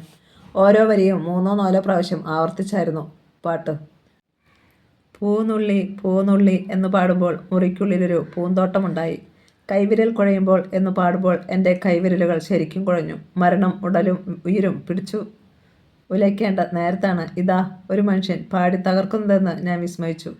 പാട്ട് തീർന്നതും ഞാൻ ഓടിച്ചെന്ന് അയാളുടെ കൈകളിൽ പിടിച്ചു. എന്നോട് ക്ഷമിക്കേ, നിങ്ങൾ കഴിച്ചത് മദ്യമായിരുന്നില്ല, വിഷമായിരുന്നു. വേഗം വരൂ, നമുക്ക് ഏതെങ്കിലും ആശുപത്രിയിലേക്ക് പോകാം. വിശ്വപ്രകാശ് ചിരിച്ചു. ബാബുക്കയുടെ ഒരു പാട്ടുകൂടി പാടാം. പ്ലീസ് എഴുന്നേൽക്കൂ, നമുക്ക് ആശുപത്രിയിൽ പോകാം. ഇപ്പോൾ തന്നെ വൈകി. ഞാൻ അയാളെ പിടിച്ചു വലിച്ചു. വിശ്വപ്രകാശ് കൈകൾ തട്ടി നീക്കി വീണ്ടും പാട്ടിലേക്ക് തെന്നി. സ്വർണ്ണവളകളിട്ട കൈകളാൽ മെല്ലെ പൗർണമി രാത്രി എന്നെ വിളിച്ചുണർത്തി. ഞാൻ തേങ്ങിക്കരഞ്ഞ് ഹാർമോണിയത്തിന് മേലേക്ക് വീണു. ആരും പാടാത്തൊരു പാട്ടിൻ്റെ ഈണം മുഴക്കി ഹാർമോണിയം നിലച്ചു. എഴുന്നേൽക്കൂ, വിശ്വപ്രകാശ് ചാടി പിടിച്ചെഴുന്നേൽപ്പിച്ചു. എനിക്കൊന്നും സംഭവിക്കില്ല, അതേക്കുറിച്ച് നിങ്ങൾ പേടിക്കേണ്ട. പക്ഷേ വിഷവും ചിലപ്പോൾ മരുന്നിൻ്റെ ഗുണം ചെയ്യുമെന്ന് കേട്ടിട്ടില്ലേ? കേശവേന്ദ്രൻ ഇരിക്കൂ, ഞാൻ ചോദിക്കട്ടെ, നിങ്ങളിത് കുടിക്കാൻ വച്ചിരുന്നതല്ലേ? ഞാൻ തലകുനിച്ചു. കുടിച്ചിട്ട് നിങ്ങൾ ആശുപത്രിയിലേക്ക് ഓടുമായിരുന്നോ? ആരാണ് നിങ്ങൾ? അതെങ്കിലും പറയൂ. പറഞ്ഞല്ലോ, വിശ്വപ്രകാശ്. വിശ്വത്തിന് പ്രകാശം പരത്താൻ വേണ്ടി. എൻ്റെ അച്ഛൻ അറിഞ്ഞിട്ട പേരാണ്. എന്നിട്ട് പ്രകാശം പരത്തിയോന്ന് ചോദിച്ചാൽ ഒത്തിരി ശ്രമിച്ചു, കുറേയൊക്കെ വിജയിച്ചു. താങ്കളുടെ ജീവിതത്തിലേക്കും ഇത്തിരി പ്രകാശം കോരി ഒഴിക്കട്ടെ. അയാൾ കുസൃതിയോടെ പുരികമുയർത്തി. പിന്നെ വിരൽ ചൂണ്ടി വായുവിലൊരു വൃത്തം വരച്ചു. അടുത്ത നിമിഷം മുറിക്കുള്ളിൽ വെളിച്ചം 10 മടങ്ങായി. തുളച്ചു കയറുന്ന പ്രകാശമുനകൾക്കെതിരെ കണ്ണുകൾ മുറുകെ അടച്ച് ഞാൻ നിന്നു. നിങ്ങൾ മാജിക്കുകാരനാണോ? ആഹാ, മനസ്സിലാക്കിയല്ലോ, താങ്ക്സ്. അയാൾ വീണ്ടും വൃത്തം വരച്ച് പകലിൻ്റെ സ്വാഭാവികത വീണ്ടെടുത്തു. ഗുജറാത്തിലുള്ള പീർ മുഹമ്മദ് ചേലിനെ പറ്റി കേട്ടിട്ടുണ്ടോ? എവിടെ കേൾക്കാൻ അല്ലേ? താൻ ഓരോന്നൂടെ ഒഴുക്കി, ഞാനൊരു കഥ പറയാം. ഞാൻ കുപ്പി ഉയർത്തിക്കാട്ടി. അതിൻ്റെ അടിയിൽ ഇത്തിരി മാത്രം. നോക്കി നിൽക്കാതെ ഒരു ഗ്ലാസ് എടുക്കണോ? വിശ്വപ്രകാശ് തിരക്ക് കൂട്ടി. ദേ, ഇത് തീർന്നു. വേറെ വാങ്ങണമെങ്കിൽ മാർട്ടിൻ വരണം. താൻ ഗ്ലാസ് എടുത്തിവിടെ വയ്ക്കേ. വിശ്വപ്രകാശ് ടീപ്പോയി നീക്കി വെച്ചു. മടിയോടെ അനുസരിച്ചു. ഇനി ആ കുപ്പിയങ്ങ് തന്നേ. അയാൾ കൈനീട്ടി കുപ്പി വാങ്ങി. വായിലേക്ക് ചരിച്ച അവസാനത്തെ തുള്ളി നാവിൽ നിന്ന് തെന്നി നിലത്ത് വീണു. ചുമലിലെ തൂവാല കൊണ്ട് കുപ്പിയൊന്ന് തുടച്ചപ്പോഴേക്കും അത്ഭുതം, അതിൽ നിറയെ മദ്യം. ഞാൻ കണ്ണു തിരുമ്മി നോക്കി. വിശ്വപ്രകാശ് കള്ളച്ചിരിയോടെ കുപ്പി എനിക്ക് നീട്ടി. ധൈര്യമായി ഒഴിച്ചോ, അതേ ബ്രാൻഡ് തന്നെയാണ്. ശരിക്കും നിങ്ങൾ മാജിക്കുകാരൻ തന്നെയാണോ? അത് ശ്രദ്ധിക്കാതെ വിശ്വപ്രകാശ് പുതിയൊരു ഈണത്തിൻ്റെ തുണ്ട് വിതറി ഹാർമോണിയം നീക്കിവെച്ചു. പണ്ട് നടന്നൊരു കഥ പറയാം. പണ്ടെന്ന് വെച്ചാൽ 100 വർഷം മുമ്പ് ഗുജറാത്തിലെ ഭാവനഗറിൽ ഒരു പാവം കർഷകനെ വായ്പ തിരിച്ചടയ്ക്കാത്തതിന് പണമിടപാടുകാർ പിടിച്ചുവെച്ചു. വിവരമറിഞ്ഞെത്തിയ പീർ മുഹമ്മദ് ചേൽ എന്തു ചെയ്തെന്നറിയാമോ? വിരൽ പോലും ചലിപ്പിക്കാനാവാത്ത വിധത്തിൽ പലിശക്കാരനെ കസേരയിൽ മരവിപ്പിച്ചിരുത്തി. വേറൊരു കഥയുണ്ട്. ഒരിക്കൽ ട്രെയിനിൽ യാത്ര ചെയ്യുമ്പോൾ ഒപ്പം ഒരു പണക്കാരനുണ്ടായിരുന്നു. മടിയിലെ ബാഗിൽ നിന്ന് മധുരപലഹാരങ്ങളെടുത്ത് ആർക്കും കൊടുക്കാതെ കഴിച്ചുകൊണ്ടിരിക്കുകയായിരുന്നു അയാൾ. ചുറ്റുമിരിക്കുന്ന പാവങ്ങൾക്ക് കൂടി കൊടുത്തുകൂടെ എന്ന് പീർ മുഹമ്മദ് അയാളോട് ചോദിച്ചു. കേട്ട മട്ട് കാണിച്ചില്ല. പീർ മുഹമ്മദ് ചിരിച്ചു. അടുത്ത നിമിഷം സഞ്ചിയിൽ നിന്ന് കൈയെടുത്ത് പണക്കാരൻ അലറി വിളിച്ചു. സഞ്ചിക്കുള്ളിൽ നിന്ന് തല നീട്ടിയത് മൂർഖൻ പാമ്പായിരുന്നു. ആ ദൃശ്യം കാണുന്നത് പോലെ വിശ്വപ്രകാശ് കുലുങ്ങിച്ചിരിച്ചു. പിന്നെ ഒറ്റ വലിക്ക് ഗ്ലാസ് പകുതിയും തീർത്ത് ശബ്ദത്തോടെ മേശപ്പുറത്ത് വെച്ച് തൂവാല കൊണ്ട് ചുണ്ടു തുടച്ചു. ഇപ്പോൾ നിങ്ങൾ ചോദിക്കും, അത് ഗുജറാത്തിൽ കിടക്കുന്ന പീർ മുഹമ്മദ് ചേലും ഞാനും തമ്മിൽ എന്താ ബന്ധമെന്ന്. ഉണ്ടല്ലോ, അതും പറയാം. വീണ്ടും ഗ്ലാസ് നിറയ്ക്കാനാഞ്ഞ അയാൾ എന്നെ രൂക്ഷമായി നോക്കി. താൻ കഴിക്കാത്തത് എന്താ? ധൈര്യമായിട്ട് കഴിക്കടോ. തന്നെ പോലെ വിഷം കലർത്തിയ മദ്യമല്ല ഞാൻ മറ്റുള്ളവർക്ക് കൊടുക്കുന്നത്. ഞാൻ രുചിച്ചു നോക്കി. ശരിക്കും മദ്യം തന്നെ. എൻ്റെ അച്ഛൻ്റെ മുത്തച്ഛൻ്റെ ഗുരുവായിരുന്നു പീർ മുഹമ്മദ് ചേൽ. അവിടുത്തെ ദർഗയിലെ പീർ ആയിരുന്നതിനാൽ കാണിച്ച മായാജാലങ്ങളെല്ലാം ദൈവത്തിൻ്റെ കളിയാണെന്നാണ് അക്കാലത്തെ ആളുകൾ വിചാരിച്ചത്. ഗാഗത എന്ന് പറഞ്ഞ ചെറിയ റെയിൽവേ സ്റ്റേഷനടുത്തായിരുന്നു പീർ മുഹമ്മദ് ജനിച്ചത്. കുട്ടിക്കാലം മുതലേ പാസഞ്ചർ ട്രെയിനിൽ മാജിക് കാട്ടി നടന്നു. പതിയെ പതിയെ പാവങ്ങൾക്കും കർഷകർക്കുമൊക്കെ തുണയാളായി. ഏതു മാനസിക രോഗവും അദ്ദേഹം ചികിത്സിച്ച് ഭേദപ്പെടുത്തുവെന്ന പ്രസിദ്ധി നാട്ടിലെങ്ങും പരന്നു. അച്ഛൻ്റെ മുത്തച്ഛൻ പാപ്പു അപ്പൂപ്പൻ അദ്ദേഹത്തെ കാണുന്നത് ഒരു ട്രെയിനിൽ വെച്ചാണ്. ആ കമ്പാർട്ട്മെൻറ്റിലെ മറ്റു പലരുടെയും പോലെ അപ്പൂപ്പൻ്റേതും ടിക്കറ്റില്ലാത്ത യാത്രയായിരുന്നു. ഇടയ്ക്ക് ടിക്കറ്റ് എക്സാമിനർ വന്നതോടെ പാപ്പു അപ്പൂപ്പന് പേടിയായി. ആൾക്കാരെ ക്രൂരമായി പിഴയടിച്ച് ശിക്ഷിക്കുന്ന ഉദ്യോഗസ്ഥനായിരുന്നു പരിശോധനയ്ക്ക് എത്തിയത്. ഒന്നും പേടിക്കേണ്ടെന്ന് മുഹമ്മദ് ചേൽ കണ്ണുകാട്ടി. നിമിഷ നേരം കൊണ്ട് അദ്ദേഹം എല്ലാവരുടെ കയ്യിലും ടിക്കറ്റ് പ്രത്യക്ഷപ്പെടുത്തി. എക്സാമിനറെ ഞെട്ടിച്ചു. അതോടെ പാപ്പു അപ്പൂപ്പൻ മുഹമ്മദ് ചേലിന് പിന്നാലെ കൂടി. അദ്ദേഹം എവിടെ പോയാലും നിഴല് പോലെ അപ്പൂപ്പനും. ഓടിക്കൊണ്ടിരുന്ന ട്രെയിനിൻ്റെ എൻജിൻ വേർപ്പെടുത്തുന്നത്, കയറിനെ പാമ്പാക്കുന്നത്, പൂക്കളെ വൈഡൂര്യമാക്കുന്നത് ഒക്കെ അത്ഭുത കണ്ണുമിഴിച്ച് അപ്പൂപ്പൻ കണ്ടു നടന്നു. ഒടുവിൽ മുഹമ്മദ് ചേൽ പാപ്പു അപ്പൂപ്പനെ വിളിച്ച് പറഞ്ഞു, മായാജാലം പഠിച്ചിട്ട് എന്ത് ചെയ്യാനാണ് നീ ഉദ്ദേശിക്കുന്നത്? തെരുവിൽ കളിക്കാൻ. ശരി, പക്ഷെ കിട്ടുന്ന പണം കൊണ്ട് പാവങ്ങളെ സഹായിക്കുമോ? സഹായിക്കാം. അപ്പൂപ്പൻ വാക്കു നൽകി. സന്യാസിമാരെയും സാധുക്കളെയും ഉപദ്രവിക്കരുതെന്ന് ജൈനമുനി വിജയ നേമി സൂര്ജി മഹാരാജ് മുൻപൊരിക്കൽ പീർ മുഹമ്മദ് ചേലിനെ ഉപദേശിച്ചിരുന്നതിനെപ്പറ്റി അപ്പൂപ്പൻ കേട്ടിരുന്നു. ശരി, ശിഷ്യനാക്കുന്നതിന് മുമ്പ് നീ എന്തെങ്കിലും ഒരു മായാജാലം കാണിക്കൂ. അപ്പൂപ്പൻ വിളിച്ചു. എനിക്കറിയാം, ഞാനറിയാതെ നീ കണ്ടുപിടിച്ചിട്ടുണ്ട് പലതുമെന്ന്. അപ്പൂപ്പൻ മുഹമ്മദ് ചേലിൻ്റെ കാൽ തൊട്ടു വണങ്ങി. വഴിയിൽ കിടന്ന ഒരു കല്ലെടുത്ത് കണ്ണടച്ചു മന്ത്രം ചൊല്ലി പൂവാക്കി മാറ്റി. മുഹമ്മദ് ചേൽ അത് വാങ്ങി തലയ്ക്ക് ചുറ്റും ചുഴറ്റി പക്ഷിയാക്കി ആകാശത്തേക്ക് പറത്തി. 1927 പാപ്പു അപ്പൂപ്പൻ നാട്ടിൽ മടങ്ങിയെത്തുന്നത് മായാജാലക്കാരനായിട്ടായിരുന്നില്ല, മഹാസിദ്ധനായിട്ടായിരുന്നു. ദൈവത്തെ പോലെ കണ്ട് തൊട്ടു വണങ്ങിയവരെ തിരുത്താനൊന്നും അപ്പൂപ്പൻ ശ്രമിച്ചില്ല. കഥ നിർത്തി വിശ്വപ്രകാശ് പിന്നെയും ഹാർമോണിയം അടുത്തേക്ക് നീക്കിവെച്ചു. മായികമായൊരു വലയത്തിൽപ്പെട്ട കണക്കെ സ്ഥലകാലബോധം നഷ്ടപ്പെട്ട് ഞാനിരുന്നു. മരിച്ച ശേഷം കാണുന്ന വിഭ്രാന്തിയാണോ ഇതെല്ലാം എന്നായിരുന്നു എൻ്റെ സംശയം. നേരത്തെ ജനാലക്കരിയിലേക്ക് പോകുമ്പോൾ മധ്യ ഗ്ലാസ് എൻ്റെ കയ്യിലുണ്ടായിരുന്നില്ലേ? വയലറ്റ് പട്ടം വാൽ വിറപ്പിക്കുന്നത് നോക്കി നിൽക്കെ ഞാനത് കുടിച്ചില്ലേ? മണ്ണെടുക്കുന്തോറും ഇടിഞ്ഞു വീഴുന്ന ഒരു പടുകുഴിയിൽ നിൽക്കുന്ന പോലെ തോന്നി. സ്വബോധത്തോടെയാണ് എൻ്റെ നിലയെന്ന് തിട്ടപ്പെടുത്താൻ പലതവണ ഉടലിൽ നുള്ളി നോവിക്കണ്ട. താൻ വിഷം കഴിച്ചിട്ടില്ല, മരിച്ചിട്ടുമില്ല. വിഷം കഴിച്ച ഞാനും ജീവനോടെ ഇരിക്കുന്നു. വിശ്വപ്രകാശ് ചിരിച്ചപ്പോൾ എൻ്റെ മനസ്സ് വായിക്കാൻ അയാൾക്ക് കഴിയുന്നതായി അടുത്ത നടുക്കം. അത് തിരിച്ചറിഞ്ഞ വിശ്വപ്രകാശ് പറഞ്ഞു, അതെ, മനസ്സ് വായിക്കുന്നതിൽ വലിയ കാര്യമൊന്നുമില്ല. ശ്രമിച്ചാൽ തനിക്കും പറ്റും. മുണ്ടിൻ്റെ തുമ്പുയർത്തി അയാൾ നടന്നപ്പോഴാണ് മുട്ടിന് താഴെ പൊള്ളിക്കരിഞ്ഞ വലം കാൽ ഞാൻ ശ്രദ്ധിച്ചത്. കാൽ മാത്രമല്ല, ദേഹത്ത് പലയിടത്തുമുണ്ട് പൊള്ളൽ. നടക്കാൻ പ്രയാസം. അതാണ് മുറിയിൽ ചടഞ്ഞു കൂടിയിരിക്കുന്നത്. കണ്ടില്ലേ? അയാൾ ജുബയുടെ തുമ്പുയർത്തിയപ്പോൾ കരിഞ്ഞുടഞ്ഞ വയർ കണ്ട ഞാൻ നടുങ്ങി. എന്തു പറ്റിയതാണ്? ജീവിതത്തിൻ്റെ മാജിക്. അയാൾ ഗ്ലാസ് ചുണ്ടോടടുപ്പിച്ചു. വയറ്റുപിഴപ്പിനിടയിൽ പറ്റിയതാ. ചുമരിൽ കൈത്താങ്ങി പതിയെ നടന്ന് വിശ്വപ്രകാശ് വീണ്ടും കസേരയിലിരുന്നു. താൻ കരുതുന്നത് പോലെ ഞാനൊരു മജീഷ്യൻ തന്നെയായിരുന്നു. കൂടുതലും കേരളത്തിന് പുറത്തായിരുന്നു പരിപാടി. മടങ്ങി വന്ന് ഒന്ന് പച്ച പിടിച്ച് വരുന്നതിനിടയിലാണ് ഇത്. ഫയർ എസ്കേപ്പിനിടയിൽ പറ്റിയതാ. മണ്ണെണ്ണയ്ക്ക് പകരം ഒഴിച്ചത് പെട്രോളായിപ്പോയി. ഒരുത്തൻ ചതിച്ചതാ. അതോടെ ജീവിതം തീർന്നു.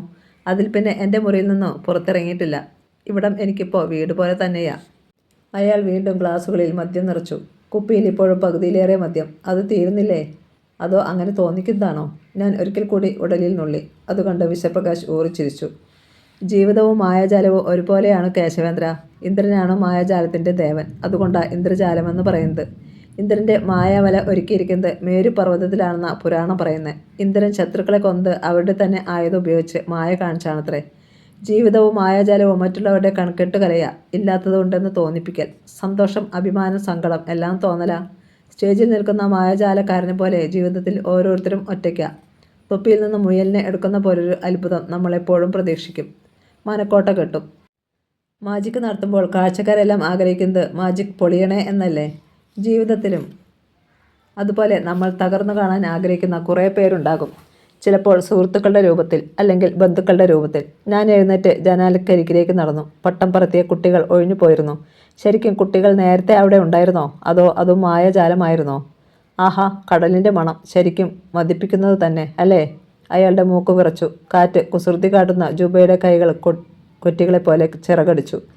ബോറടിക്കില്ലെങ്കിൽ പീർ മുഹമ്മദിനെ പറ്റി ഒരു കഥ കൂടി പറയാം. അയാൾ കഥയിലേക്ക് പ്രവേശിച്ചു. ബോംബെയിലുള്ള ഭാര്യയുടെ അസുഖത്തെപ്പറ്റി വിവരമൊന്നും കിട്ടാതെ കരഞ്ഞു കണ്ണീരൊലിപ്പിച്ച് ഒരു ദിവസം ഒരു കച്ചവടക്കാരൻ പീർ മുഹമ്മദിനടുത്ത് ചെന്നു. ഇന്നത്തെ പോലെ എല്ലാവരുടെ കയ്യിലും ഫോണുള്ള കാലമൊന്നുമല്ല. പീർ മുഹമ്മദ് എന്ത് ചെയ്തെന്നറിയാമോ? കച്ചവടക്കാരനോട് കണ്ണു പൊത്താൻ പറഞ്ഞു. അടുത്ത നിമിഷം വീട്ടിലെ അടുക്കളയിൽ ജോലി ചെയ്യുന്ന ഭാര്യയെ അയാൾ സിനിമയിൽ എന്ന പോലെ കണ്ടു. പിറ്റേന്ന് തന്നെ ഭാര്യയുടെ അസുഖം ഭേദമായെന്ന വാർത്ത നാട്ടിൽ നിന്ന് എത്തുകയും ചെയ്തു. അതാണ് മായാജാലത്തിൻ്റെ കളി. തനിക്ക് അങ്ങനെ ആരെയെങ്കിലും കാണണമെന്നുണ്ടോ? എങ്കിൽ വേഗം പറഞ്ഞോളൂ. ശരിക്കും പറ്റുമോ? എനിക്ക് വിശ്വസിക്കാൻ കഴിഞ്ഞില്ല. ആരെ കാണണമെന്ന് തീരുമാനിക്കൂ, എന്നിട്ട് നേരം കളയാതെ കണ്ണുപൊത്തൂ. പറഞ്ഞു തീരും മുമ്പേ ഞാൻ കണ്ണുപൊത്തി. പുഴുങ്ങിയ മുട്ടയുടെ നിറമുള്ള വെളിച്ചം തിളങ്ങുന്ന മുറിയിൽ മരുന്നു മണം തിങ്ങി. നിരത്ത് പോലെ നീണ്ട ഇടനാഴികളിൽ ഡോക്ടർമാരും നഴ്സുമാരും ദേശീയപാതയിലെ വാഹനങ്ങൾ കണക്കെ തിരക്കിട്ട് പാഞ്ഞുപോയി. കൃത്യമായ അകലങ്ങളിലുള്ള ഇരിപ്പിടങ്ങളിൽ നിസ്സംഗതയുടെ വൈദ്യുതി തൂണുകൾ കണക്കെ രോഗികളുടെ ഉറ്റവർ നിമിഷങ്ങൾ എണ്ണിയിരുന്നു. ഇടനാഴിയുടെ ഇടത്തെ അറ്റത്ത് പച്ചവിരിയിട്ട ചില്ലുചുമരിനപ്പുറം 2 പെൺകുട്ടികൾ ഉറക്കച്ചടവുള്ള കണ്ണുകൾ തുറച്ച് എന്നെ ഒരിക്കൽ കൂടി നോക്കി. ഫോട്ടോസ്റ്റാറ്റ് പകർപ്പു കണക്കെയുള്ള ഇരട്ടകളെ നോക്കവേ ഒന്നിനെ 2 എന്ന് കണ്ട് ഒരിണ്ടലിൽ എൻ്റെ കാഴ്ച മുടന്തി. ആരാ? 2 പേര് ഒരേ സമയം എഴുന്നേറ്റു. സാരിയുടെ പഴയൊരു സുഹൃത്താ ഇത്തിരി ദൂരേന്ന്. കേശവേന്ദ്രൻ? കാത്തിരുന്നത് പോലെയായിരുന്നു ചോദ്യം. എൻ്റെ കണ്ണു നിറഞ്ഞു. മമ്മി പറഞ്ഞിട്ടുണ്ട്. സാരിയുടെ മക്കളാണോ? അതെ. ഞാൻ അഗത, ഇവൾ അനസു. ഞാൻ അവരെ തൊട്ടു. ഗേതങ്ങളുടെ ഭാരം പേറി വിരൽത്തുമ്പ് വിറച്ചു. കാണണമെന്ന് ഒരുപാട് ആശയുണ്ടായിരുന്നു മമ്മിക്ക്. കാണാൻ സമ്മതിക്കുമോ ഇപ്പോൾ? ചോദിച്ചു നോക്കാം, പക്ഷേ കണ്ടാലും തിരിച്ചറിയണമെന്നില്ല. അങ്കിൽ വരൂ. ദൂരയാത്ര കഴിഞ്ഞത് ഇറങ്ങിയതല്ലേ, ഒരു കപ്പ് കാപ്പി കുടിച്ചാൽ ക്ഷീണം മാറും. കാലങ്ങളായി കൂടെയുണ്ടായിരുന്ന ഒരാളെപ്പോലെ അഗത കൈ പിടിച്ച് മുൻപേ നടന്നു. കിടത്തരുതേ എന്നാണ് പ്രാർത്ഥന. രോഗം സ്പ്രെഡായി. 10% ഹോപ്പ് മതിയെന്നാണ് ഡോക്ടർ പറഞ്ഞത്. പ്രതീക്ഷയുടെ ശതമാനക്കണക്ക് എന്നെ പരിഭ്രമിപ്പിച്ചു. അരണ്ട വെളിച്ചമുള്ള കാൻറ്റീനിൽ അഗത സംസാരിച്ചു കൊണ്ടേയിരുന്നു. 32-ാം വയസ്സിൽ ഭർത്താവ് മരിച്ച സാലി എന്ന വിധവ തലയുയർത്തി നിൽക്കാൻ നടത്തിയ പോരാട്ടങ്ങളുടെ കഥ. ഇരട്ട പെൺകുട്ടികളെ ഇരു കൈകളിലും ചേർത്ത് പിടിച്ച് ജീവിതത്തിൻ്റെ പെരുങ്കടലിലൂടെ പതറാതെ തുഴഞ്ഞ കഥ. വിളക്കുമരങ്ങളും തുറമുഖങ്ങളും കാണാത്ത യാത്രയുടെ ഉദ്വേഗങ്ങൾ അവളുടെ വാക്കുകളെ ഇടയ്ക്കിടെ ദുർബലമാക്കി. ഭൂകമ്പം തവിട് പൊടിയാക്കിയ കാഴ്ചകൾക്ക് മുന്നിലെന്ന പോലെ ചിലപ്പോൾ അവൾ കൈകൾ കൂപ്പി നെഞ്ചോട് ചേർത്ത് പിടിച്ച് നിശബ്ദമിരുന്നു. മമ്മി കൊണ്ട വെയിലാണ് ഞങ്ങളുടെ ജീവിതത്തിൻ്റെ തണൽ. എഞ്ചിനീയറിങ്ങിന് കഴിഞ്ഞപ്പോഴേ ക്യാമ്പസ് സെലക്ഷൻ കിട്ടി. IBM-ൽ ചേർന്നു. ബാംഗ്ലൂരിൽ 1-ാം ഫ്ലാറ്റ്. ഇനിയുള്ള കാലം മമ്മിയുടെ കണ്ണ് നനയാതെ നോക്കണമെന്നായിരുന്നു ആഗ്രഹം. അപ്പോഴേക്കും അഗത മൂക്കു തുളച്ചു. സങ്കടം ഒതുക്കാൻ ചുരിദാറിൻ്റെ തുമ്പ് പലതവണ പിടിച്ചിട്ടു. പാവം കുട്ടിയെന്ന് ഞാൻ മനസ്സിൽ കരഞ്ഞു. സമാധാനിപ്പിക്കണമെന്നുണ്ടായിരുന്നു. മഴ വരുമ്പോൾ കുട നിവർത്തുന്നത് പോലെയല്ല ജീവിതത്തിൻ്റെ പ്രതിസന്ധി ഘട്ടങ്ങൾ എന്ന് ഉപദേശിക്കണമെന്നുണ്ടായിരുന്നു. പക്ഷേ ചിന്തകൾ നാവിലേക്കെത്താതെ വാക്കുകൾ പൊട്ടിയാകുന്നു. കോളേജിൽ പഠിക്കുമ്പോൾ നിങ്ങൾ വലിയ അടുപ്പമായിരുന്നു അല്ലേ? മമ്മി പറഞ്ഞിട്ടുണ്ട്. പപ്പയ്ക്കും അറിയാമായിരുന്നു. എന്താ പിന്നെ നിങ്ങൾ വിവാഹം കഴിക്കാഞ്ഞത്? എത്ര ചോദിച്ചിട്ടും അത് മമ്മി പറഞ്ഞിട്ടില്ല കേട്ടോ. സംഭാഷണം നീളല്ലേ എന്ന എൻ്റെ പ്രാർത്ഥന കേട്ടിട്ടാവണം ദൈവം അനസുവിനെ ഞങ്ങൾക്കരികിലേക്ക് അയച്ചു. കയറി കാണാൻ ഡോക്ടർ സമ്മതിച്ചു. വേഗം വാ. കാപ്പിക്കപ്പ് വയർ പിളർത്തിയ കുരങ്ങൻ്റെ രൂപമുള്ള ചവറ്റു വീപ്പയിലേക്ക് എറിഞ്ഞ് പിന്നാലെ ഓടി. പച്ച തിരശ്ശീല വകഞ്ഞു മാറ്റി നഴ്സ് അകത്തേക്ക് വഴി കാണിച്ചു. ഈശ്വരാ, എത്രയോ വർഷങ്ങൾക്ക് ശേഷം ജീവിതം ഒരു വട്ടം തിരിഞ്ഞ് വീണ്ടും ഞങ്ങളെ മുഖാമുഖം നിർത്തിയിരിക്കുന്നു. പക്ഷേ ഋതുക്കളും ഭൂമിയെ അപ്പാടെ മാറിയിരിക്കുന്നു. വസന്തം കൊഴിഞ്ഞു. ശൈത്യം ഉടലിലെ മരവിപ്പായി കൂട്ടിക്കഴിഞ്ഞു. ചെന്നോളൂ, അധികം നേരം എടുക്കരുത്, നഴ്സ് പറഞ്ഞു. മുന്നിലെ കിടക്കയിൽ ചുരുണ്ടുകിടന്ന വിരിപ്പിനിടയിൽ ഒരു മനുഷ്യരൂപമുണ്ടെന്നത് തിരിച്ചറിയാൻ കണ്ണുകൾക്ക് കഷ്ടപ്പെടേണ്ടി വന്നു. നീരുപറ്റിയ നാരങ്ങത്തോട് പോലെ ഇതാ അവൾ. ഒരു കാലത്ത് വലങ്കൈ പിടിച്ചു നടന്നവൾ. ജീവിതമെന്നാൽ അവളുടെ ചിരി മാത്രമെന്ന ചുരുക്കെഴുത്തിലേക്ക് ഒതുങ്ങിയ കാലം. അവളില്ലാതെ ഒരു ചുവടില്ലെന്ന മനസ്സ് വാശി പിടിച്ച നാളുകൾ. പോയ കാലത്തിൻ്റെ സ്വപ്നങ്ങളുടെയും പ്രതീക്ഷകളുടെയും അപ്പാടെ റദ്ദ് ചെയ്ത് നടുക്കടലിൽ നങ്കൂരം വിട്ട കപ്പൽ പോലെ നിശബ്ദം അവൾ. സാലി. നരച്ച മുടികൾ ഒതുക്കി മാറ്റി അവളുടെ കാതിൽ ഞാൻ പതിയെ വിളിച്ചതും പടക്കം പൊട്ടുന്ന പോലൊരു ശബ്ദമുയർന്നു. ഞെട്ടിത്തിരിയുമ്പോൾ മുന്നിൽ വിശ്വപ്രകാശ് നിന്ന് ചിരിക്കുന്നു. കണ്ടില്ലേ, മതിയായില്ലേ? ഇതാണ് ജീവിതം. സത്യവും മിഥ്യയും വേർതിരിച്ചറിയാതെ കുഴങ്ങി നിന്ന എൻ്റെ ചുമലിൽ പിടിച്ച് വിശ്വപ്രകാശ് കിടക്കയിലിരുത്തി. ഇനി പറയൂ, എന്തിനായിരുന്നു താൻ ജീവനെടുക്കാൻ ശ്രമിച്ചത്? എൻ്റെ ജീവിതം ഒരു തെറ്റായിരുന്നു. പല്ലിയുടെ മുറിച്ചിട്ട വാൽ പോലെ തൊണ്ടയിൽ കരച്ചിൽ പിടഞ്ഞു. എന്നുവച്ചാൽ വേണ്ടപ്പോൾ വേണ്ട തീരുമാനമെടുക്കാൻ കഴിഞ്ഞില്ല. ഒരവസരം കൂടി കിട്ടിയാലോ? എന്താ ചോദിച്ചത്? ജീവിതത്തിൽ വീണ്ടും ഒരവസരം ലഭിച്ചാൽ ശരിയായ തീരുമാനമെടുക്കുമോ? എന്താ സംശയം? എങ്കിൽ ഞാൻ നിങ്ങളെ സഹായിക്കാം. എനിക്കൊന്നും പിടികിട്ടുന്നില്ല. ജീവിതത്തിൽ ഏത് തീരുമാനമാണ് തിരുത്തേണ്ടത് എന്ന് ആദ്യം ഉറപ്പിക്കൂ. എവിടെ മുതലാണ് ജീവിതം മാറ്റി എഴുതപ്പെടേണ്ടതെന്ന് അതുറപ്പിച്ചാൽ പിന്നെ എളുപ്പമായി. അത് തീരുമാനിക്കാൻ എളുപ്പമല്ല. താൻ വിശദമായി ഒന്ന് ഓർത്തു നോക്കൂ. അല്ലെങ്കിൽ എന്നോട് പറയൂ, നമുക്ക് നോക്കാം. വിശ്വപ്രകാശ് എനിക്കെതിരെ ചമ്മറം പടിഞ്ഞിരുന്നു. കഥ തുടരും.